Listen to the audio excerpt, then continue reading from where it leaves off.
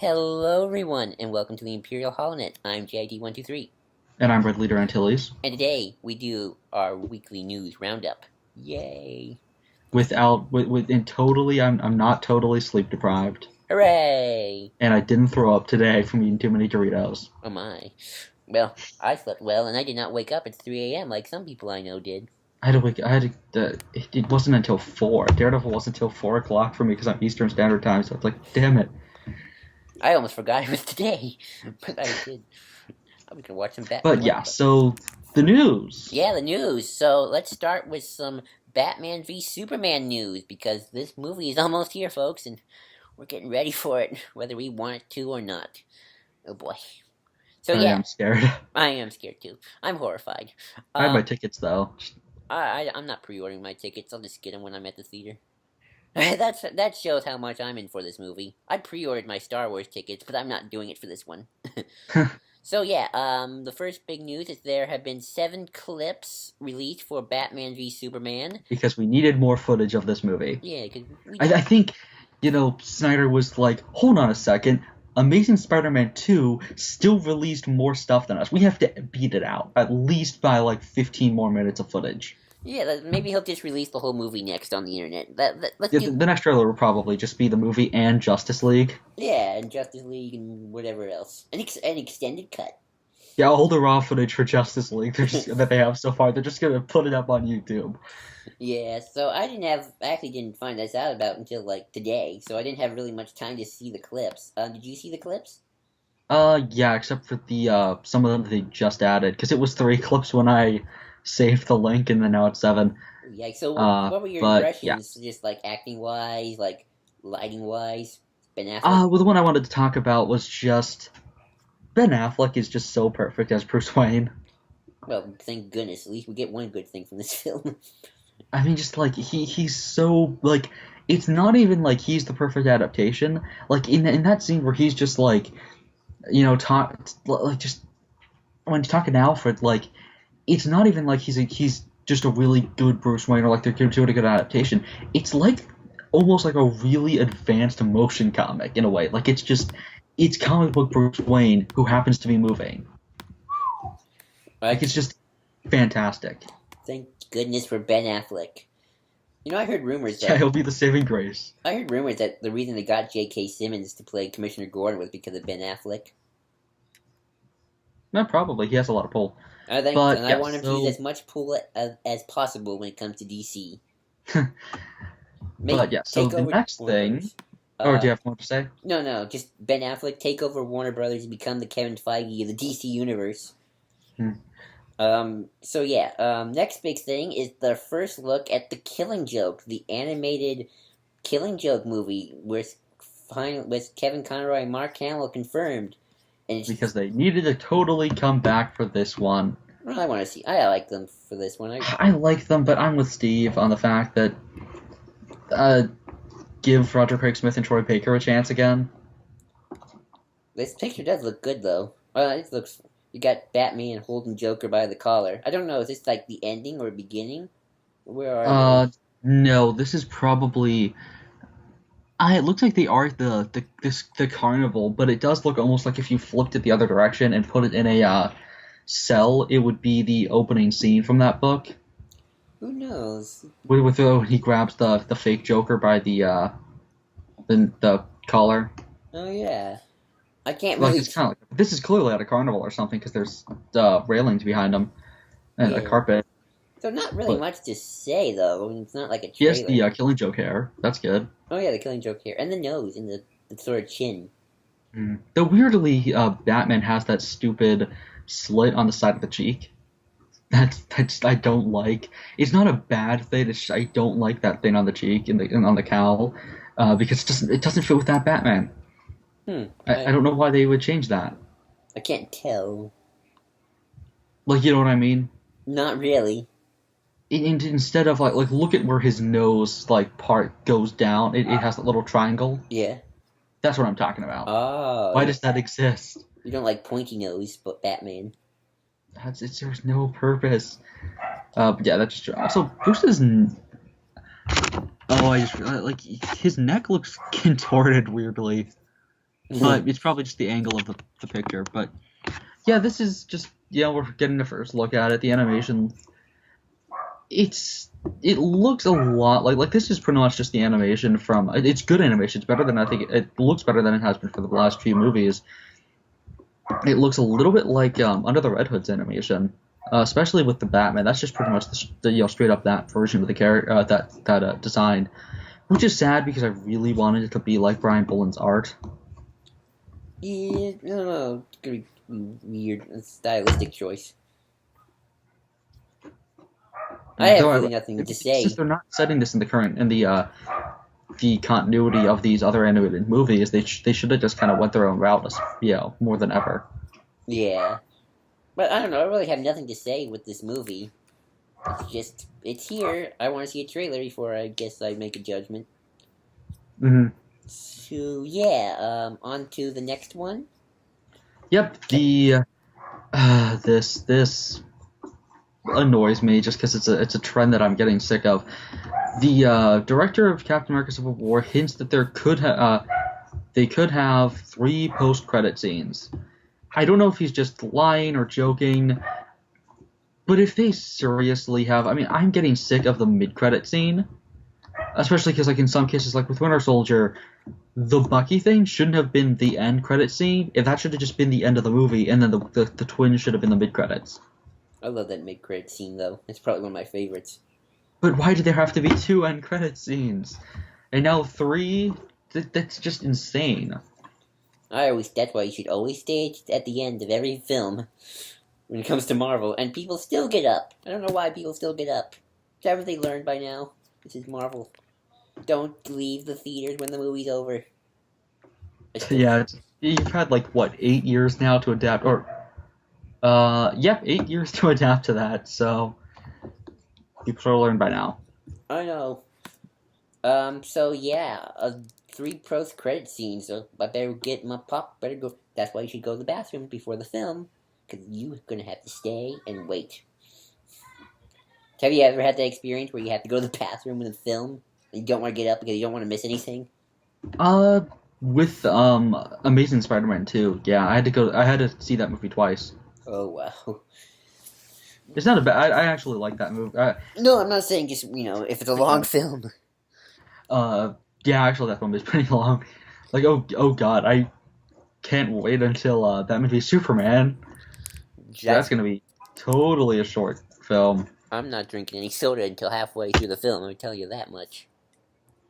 It's like I don't drink or eat during a movie ever. Oh really? I do. I have to like tradition. Like I always save my popcorn before till the film starts. Then I start eating and drinking when the film starts.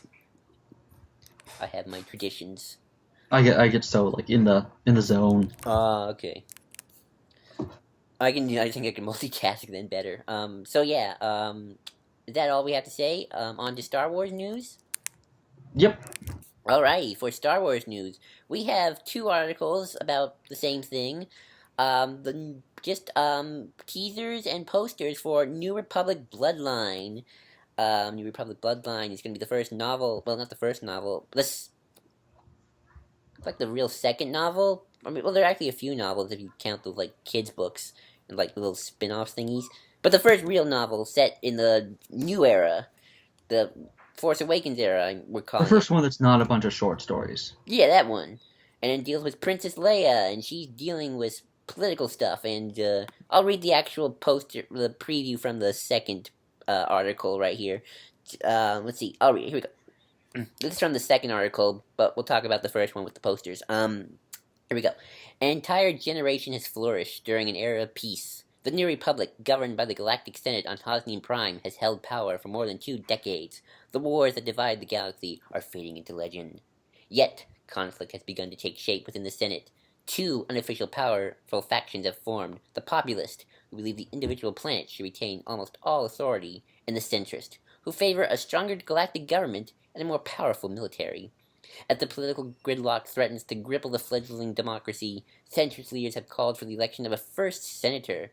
It is their hope that this powerful position will bring order to the divided Senate. But populists like Senator Leia Organa Solo know all too well the price of such order. Even as the election nears, the divisions between the worlds of the galaxy are growing wider. So yeah, there's also, let's go over the posters now. So Leia with a bunch of X-wings behind her. And Protect the Republic, vote Leia for Senator. Protect the Republic, vote Leia for Senator with traitor sprayed across it. Then there's one with liar. Then there's one with liar, and then Vader's helmet. Which does that mean that people know that she's a Skywalker? I think that might be what they're pertaining to. I mean, look at the actual book. Vader's face is like behind her. See, notice how it's, notice the actual cover of the book. You see Leia, she's like folding her arms, and you see Vader's like shadow like around her. Mm-hmm. I would assume that story probably got out eventually. Or maybe that's what happens. Like at a certain point in the book, like someone leaks that information. A centrist. So yeah, it looks like there's a split. They want more government or less government, I guess. Well, it's more of a military. It's more of a military-industrial complex sort of thing. That too. From what I can tell. I like this poster. I always once said that if Palpatine had like a poster, like if he were running for president, his slogan would be "Power, unlimited power," and I would totally vote for that. That or vote for Sheev and like have an image of like his charred face and be like, that's a face you can trust. Yeah.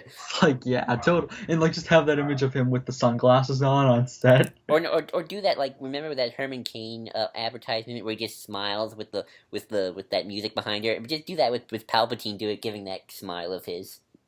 We are the Republics. Something, something, something. Well, he is the emperor. Yeah. Didn't have it be like the just like vote Palpatine for the first what was it, like the first galactic empire for peace and security for all, or whatever it was. No, how about just vote Palpatine and we shall have peace. Or vote Palpatine and I will blow up your planet with my giant laser thing. Yeah. So I guess, yeah, this is about Leia. Yay. Look, I like this. Yeah, she actually gets a focus for once. I do like this. This seems like an interesting book. Who's it written by? Claudia Gray, who wrote Lost Stars, if I'm correct. Claudia Gray? Yep. Oh, she wrote Lost Stars? Yep. Oh, then this book I'm really excited for. Because you gotta read Lost Stars. That's like one of the best novels so far. That's like one of the best ones. I still have a lot of other ones to get through. Yeah. I bet I just reorganized all my old EU novels. In order? Yeah. Oh, wow. And then I realized that I was missing like 10 of them. Including the Rogue Squadron books, so now I'm really pissed. I once saw a funny Twitter saying from my friend Sid Bartu, who made this joke of the devil telling a nerd to organize his Doctor Who comics in chronological order, and the nerd just goes, "No." Like, oh, that's gotta be hellish. Good luck. So yeah, one more Star Wars book. Rogue One is getting a prequel novel apparently called Catalyst.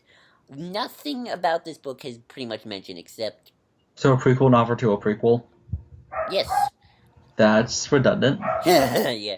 I mean, doing a prequel comic, but a novel is a little much. I don't know, maybe it's a short story, or it's like the size of Before the Awakening, but I don't know. I like this. I don't know. Well, who knows? I mean, who knows? I want to get past this like infiltration, like Rogue One team, and just move on to the actual rogues. Well, we don't know if these are the rogues. These can be completely different people.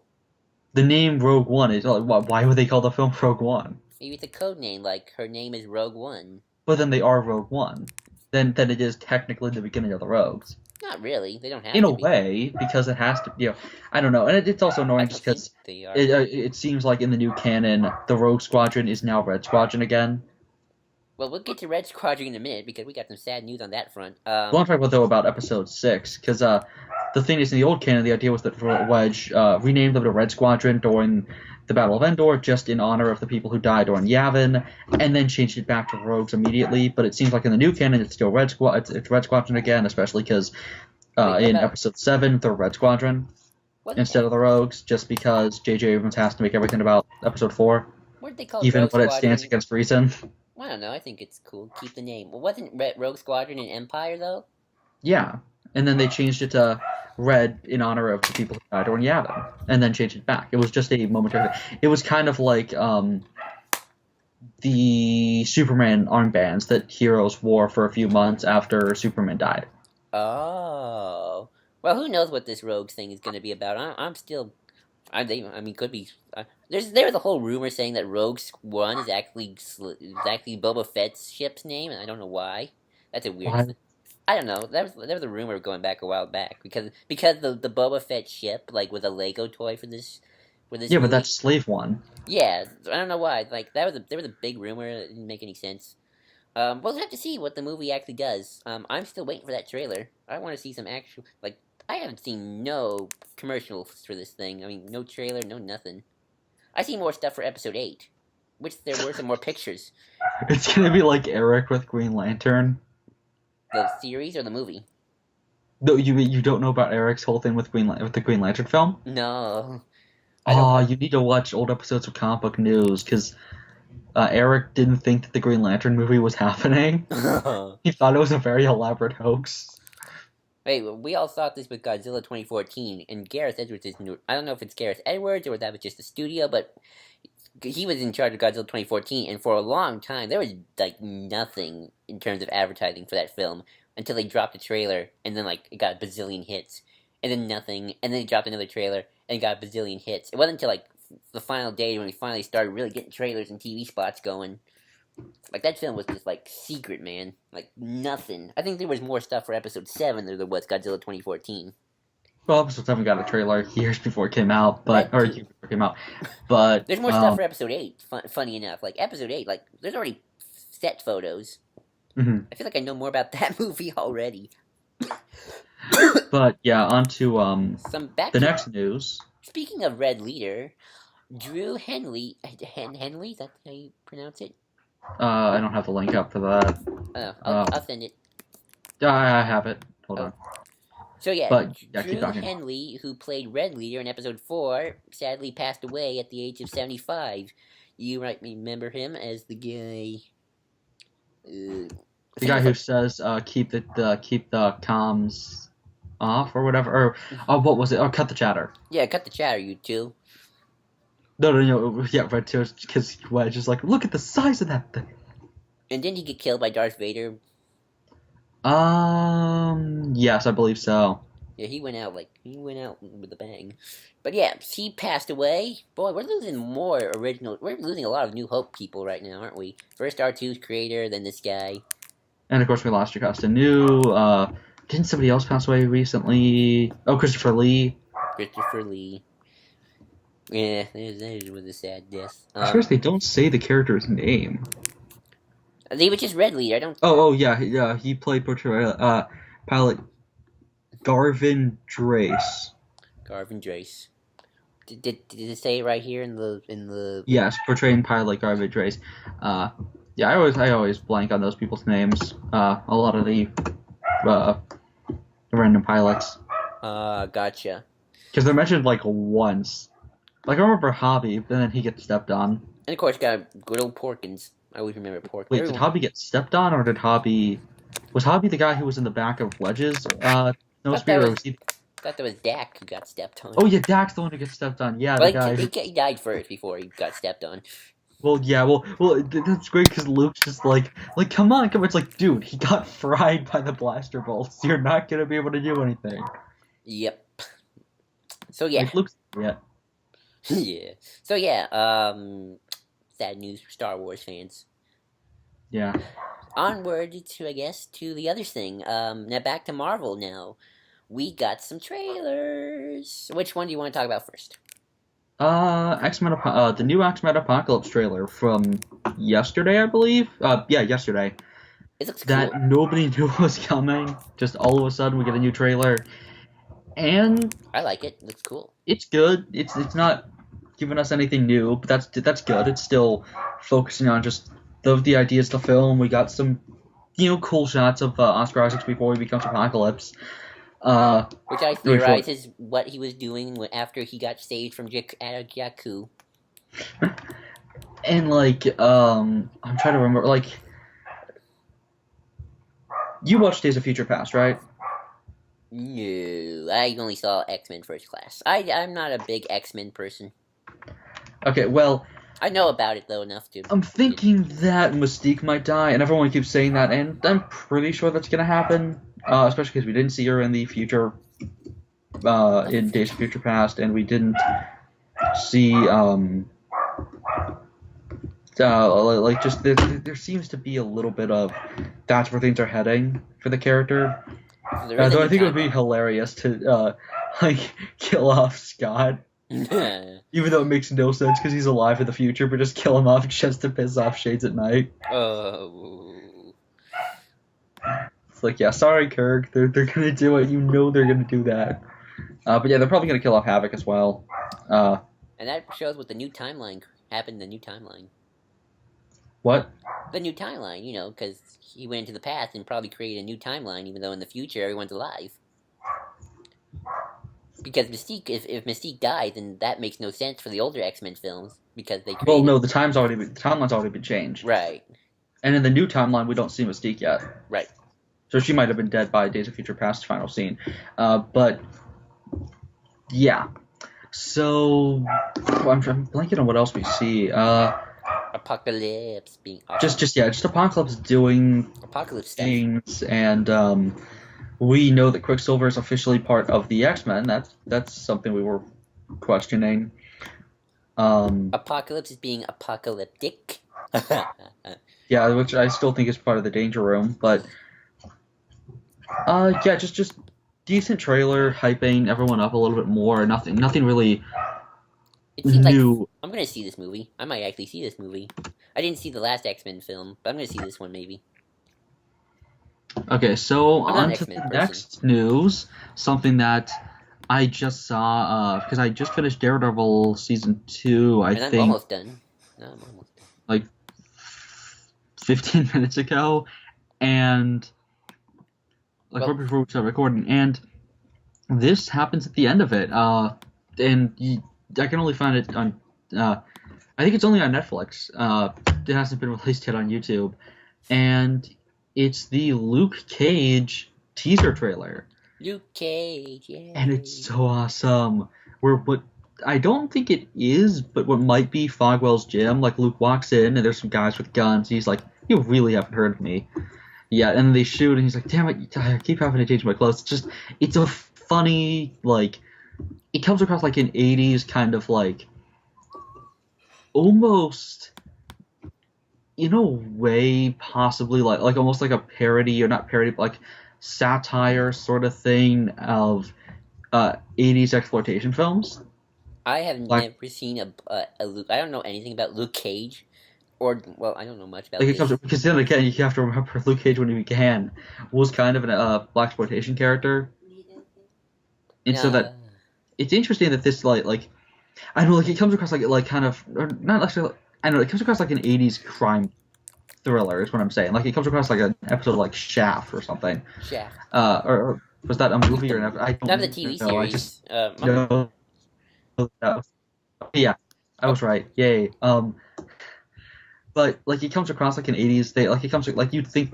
Oh, I'm trying to remember. Like this almost feels like something like The Fugitive or something, and that's really cool. That it's just this, you know, not upbeat or bright. Well, it's kind of bright. Like it's just this funny. Like he's making one-liners, but not like cheesy like Spider-Man sort of thing or a Deadpool sort of thing, but more so just being Luke Cage. Luke And Cage that's doing that's his. awesome. That's all you need for a Luke Cage show. You do not need some grand analysis of like gender politics like Jessica Jones or aesthetics and morality and religion like in Daredevil season 1, or predestination, or not predestination, well, kind of predestination and identity in season 2.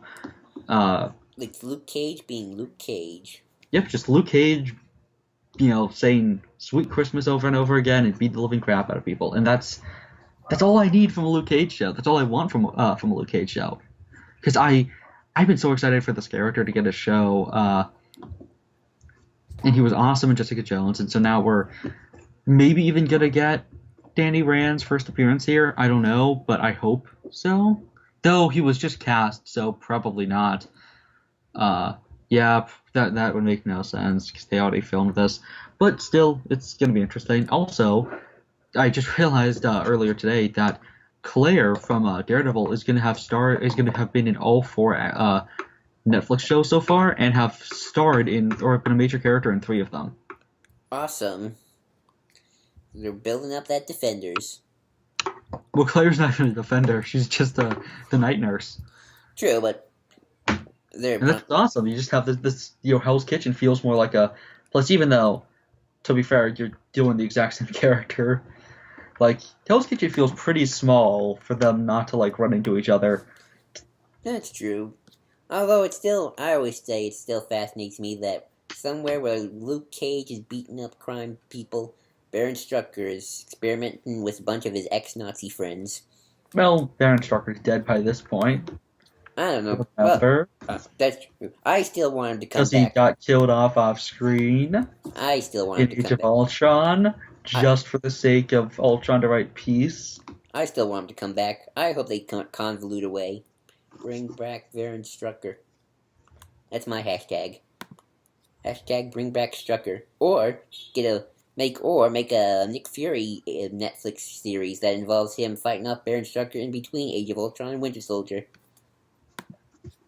Well, wasn't he undercover and everything? Well, you can still fight him. Just do it like have the two like him be undercover and Strucker doing his Strucker thing. Isn't he I guess under? Isn't he under contract? I Um, heard he was supposed to be in multiple things. who? The guy who plays Baron Strucker. No, I don't know if he. I don't think he is. Ah. I thought you meant Samuel Jackson. I'm like, yeah, he has like 50 more films on his contract. Oh. That's true. Oh, I knew that. I can't wait. I mean, seriously, he's gonna be like he's gonna have like transcended the physical plane and become a Force ghost, like Mace Windu in the movies eventually. That'd be By the time we get to like 2099, like in the real world, 2099 into 2099, he's gonna be like Mace Windu's Force ghost. awesome. I heard this. I remember watching a podcast where they tried to somehow merge all of Samuel L. Jackson's movies together into one epic character. I don't know how. Like somehow Mace Windu survived and then landed on Earth, and then he became like a street robber from that movie, Welcome to America. Then some stuff happened on a plane, and then he became Nick Fury. But yeah, so what do you want from a Luke Cage show? I don't know. I don't really know the character enough to actually want something except just more awesomeness and more of that Marvel Netflix goodness that's been coming out. And So I hope this is like a very different show than Daredevil and Jessica Jones. that too. Because it should be kind of like upbeat and like not happy and optimistic, but like upbeat in the sense of just like I mean, look at like the theme at the end. Like the other teasers always like had like these It looks like sad, like Guardians of the depressing Galaxy music, almost. and it's just hip hop like at the end. It's like the And like Guardians of the Galaxy of Netflix Marvel. But but more more dark. like Iron Man in a lot of ways, Oh, where like you kind of got a hero who actually genuinely loves doing what he's doing. that's true. Or at least like is having fun. Like he's not super jokey and like does take himself seriously and does have serious moments, but still is funny and is still like a wisecracking kind of guy. And it's just gonna be great to see this character kind of get fully realized. And he's somebody who's probably should have had a show a while back. Because again, he's a character you can pretty easily make into a show because. Everyone else is with Daredevil. It's the Daredevil is kind of like Law and Order, superhero edition, and like that's kind of with Luke Cage. It's kind of just like any. It's kind of like any just kind of street level crime show, but just with a guy who has invulnerable skin. Yeah. So who's the next Defender that we need after Luke Cage? Who's the last? Iron Fist, and then we're done. Except we're probably gonna have Hellcat and Jessica Jones season 2. I mean, she was in season 1, but I mean, she's probably gonna suit up by then. Oh, awesome! It's gonna be. I can't wait for Jessica Jones season 2.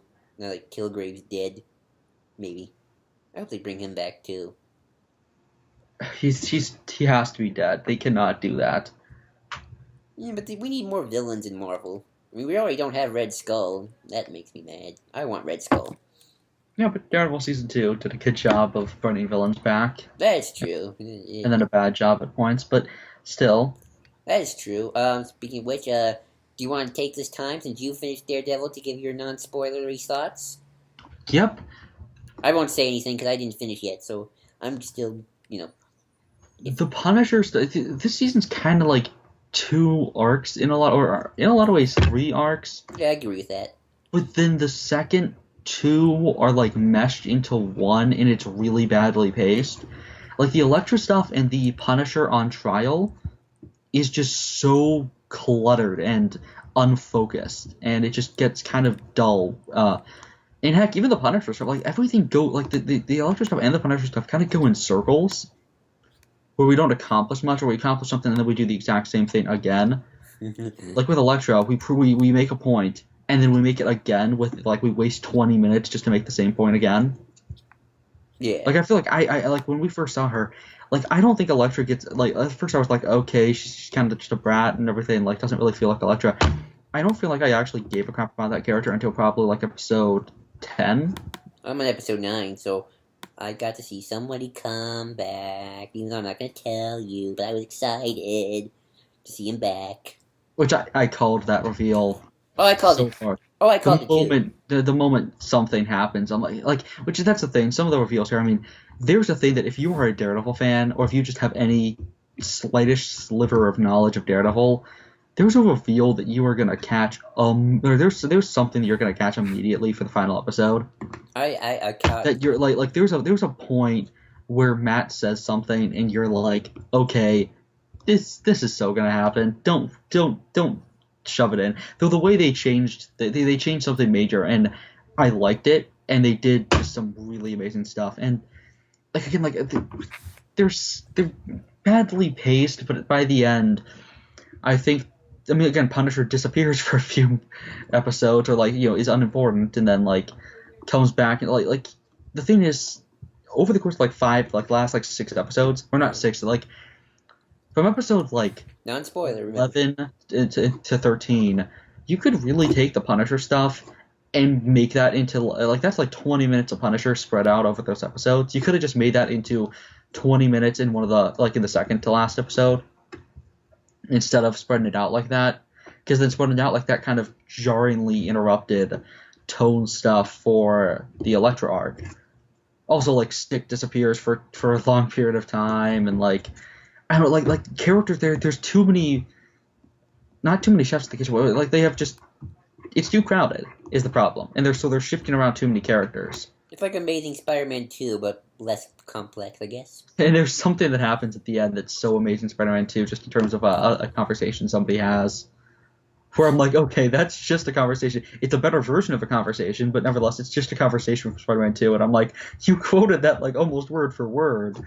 Well, considering how Daredevil and Spider-Man always seem to cross-second, now they can, because Spider-Man can legally be part of the Marvel Universe again. Yay, I can't wait for that. I wish I could spoil it for you, though, because there's something that's just so close to Amazing Spider-Man 2. Well, I haven't seen Amazing Spider-Man 2, so I There's probably this wouldn't. conversation that two characters have that's like, okay, you're quoting it, but yeah, it's still it's not as good as season 1 is the thing. Like, which I called. I knew it wouldn't be. the thing is with season 1, like it's been about 20 minutes since I finished. I have things running through my head that I haven't sorted out yet for the show, but I'm not like contemplating anything really like in the real world. Like I'm not contemplating the ideas of the show, and that's something that's really depressing because with Daredevil season 1, every episode I had to take like a 20-minute break and just sit in in the dark just contemplating every episode. And like after I finished Daredevil season 1, like I just like I didn't know what to do. Like it's so amazing. And here, I don't know. It's just kind of like it comes across like the end of it comes across kind of like the season a season of like The Flash or something, where it's like it's good, it's well put together, it's a decent conclusion and everything. It works, but it doesn't do anything to like. And I'm not saying it has to like change hearts and minds, but it didn't wow me like season one did. It didn't wow me like Jessica Jones did. I called it. It wouldn't. I knew it wouldn't. Oh, I knew it wouldn't when the day they announced season 2. And again, like there's like you could have probably cut out like an episode or two. Like in fact, if you just took entire like some characters don't even I think need to exist in the show too much, or at least characters got too much screen time than maybe they should have, or some characters didn't get enough. Some characters got too much in certain sections when they should have saved that for later. Just I don't know. It like they have a bunch of puzzle pieces. They have a bunch of like pieces, like characters they're moving around on a chessboard, and they're just poorly managing them, in my opinion. In like just I don't know. I think the season should have just been Punisher. Yeah. Especially because the trial of Frank Castle is fascinating, but then it goes on too long, and then just because we need to wrap up the season, they all of a sudden just do something to end it. Right. It does. And it works, and it's a good scene, but the problem is, it's again, they're trying to, they're fitting too many things. They have too many not cooks in the kitchen. I can't find the right phrasing for it, but rushing it. I don't know what rushing it. They're not rushing it per se. There's just too much going on. They get lost in their script. Yeah, and just it's a jumbled mess, and it's a good, well acted, beautifully directed, jumbled mess, but it's still a mess in some points. And again, it's amazing. It's better than I think any of. I want to say it's better than any of Arrow, though. That's kind of easy I feel to say. like the end of season 1 of Arrow might actually be more enjoyable. Well, I haven't finished, so I don't know. I haven't even finished Arrow. I got through Daredevil faster than I did through Arrow. I'm getting through Daredevil faster than I am getting through Arrow. So that should say something. Well, I mean, that's 22 episodes. That's true. I'm only on episode 7, though. Or I think I am. I don't even remember. But yeah, got sidetracked. What do you think so far of the show from what you've watched? Yeah, I definitely agree with you thinking about it now. It feels cluttered, especially after episode 9. Because even though I really like episode 9 because of somebody who comes back, it does feel kind of like, he came back even though he was semi-built up, yet it just seems like he's there, he's doing stuff. But you know what I mean, right? Like, he sort of like, he just pops in. Yeah, like they want to do, it's like they have a checklist. Mm-hmm. And then they paced themselves really well for the first 4 or 5 episodes.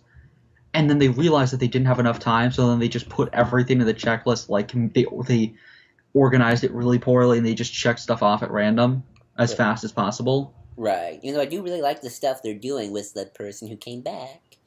But they should have been as meticulous as possible, because look at what season 1 was like. Or look at just the first 4 episodes. The first 4 episodes is one theme, they're running with it, and it's a progression. And then you could have had the Punisher on trial thing, the people versus Frank Castle, and you could have done that as a meticulously plotted thing, don't interrupt it, and then you either could have done just the beginning of the Elektra stuff and then save the rest of it for a later season, or just have the Punisher's revenge stuff be then the third act of the season. I feel like they should have done a split season kind of thing, like 5 episodes be Punisher, 5 episodes be Elektra, or not. Well, Elektra, but they did that though. Well, yeah, but I mean, like, full focus. Like, you mean like actually have it be a full-on divide? No, not like that. Okay, so my show Once Upon a Time does this. Well, maybe not well, but it's a good setup. Like season 3, all of it dealt with stuff on Neverland, evil Peter Pan. Just like that was that was the story arc. Then after that, they went straight into the Wizard of Oz stuff. They did have the Wizard of Oz stuff start in the beginning of season 3 with the Neverland stuff. It was just first 11 episodes, Neverland. Second 11 episodes, Wizard of Oz. That's how they did it. They focused... Like the arcs aren't intersecting. They're well, one arc, and then that arc. It's kind of like comic book arcs. The comic book arc ends, and then another one picks up. And while it takes place at the aftermath of the previous arc, the other arc has ended. Yes.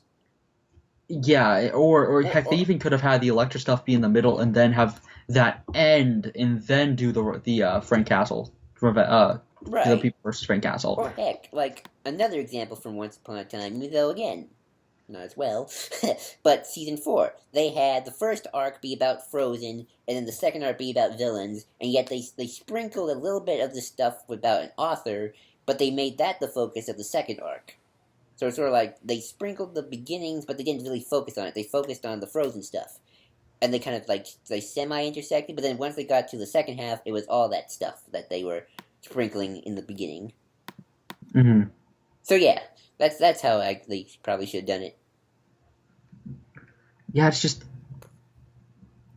I really wanted to love it. And again, I love it. It's a damn good show. I would still give it like an 8 out of 10, or even a 9 out of 10, and it's better than I think it's better than all of the Marvel movies except for Avengers 2, Winter Soldier, Captain America 1, Iron Man 3, and that's it. Like it's better than most of the Marvel movies, but it's just it falls apart at a certain point. Well, I knew it wasn't going to be as good as season 1 because once you start from perfection, it's all downhill from there. Hmm. I called it. So yeah, that's our feeling towards Daredevil. So this was both a news slash Daredevil review thing. Yep. And that's it for the news, everybody. So I guess we're signing off. Yep. So bye. Bye.